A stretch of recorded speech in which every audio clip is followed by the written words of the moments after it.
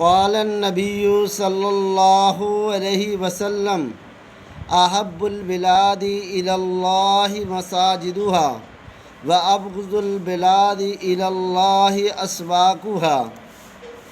شہنشاہ مدینہ کرار و قلب و سینہ حضرت محمد مصطفیٰ احمد مجتبیٰ صلی اللہ علیہ وسلم کا فرمان عالی شان ہے۔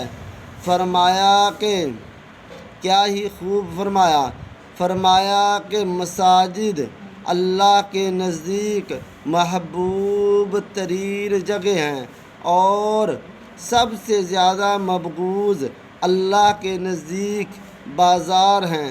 اللہ ہمیں اپنا زیادہ سے زیادہ وقت مساجد میں گزارنے کی توفیق نصیب فرمائے اور کم سے کم وقت بازار میں گزارنے کی توفیق نصیب فرمائے۔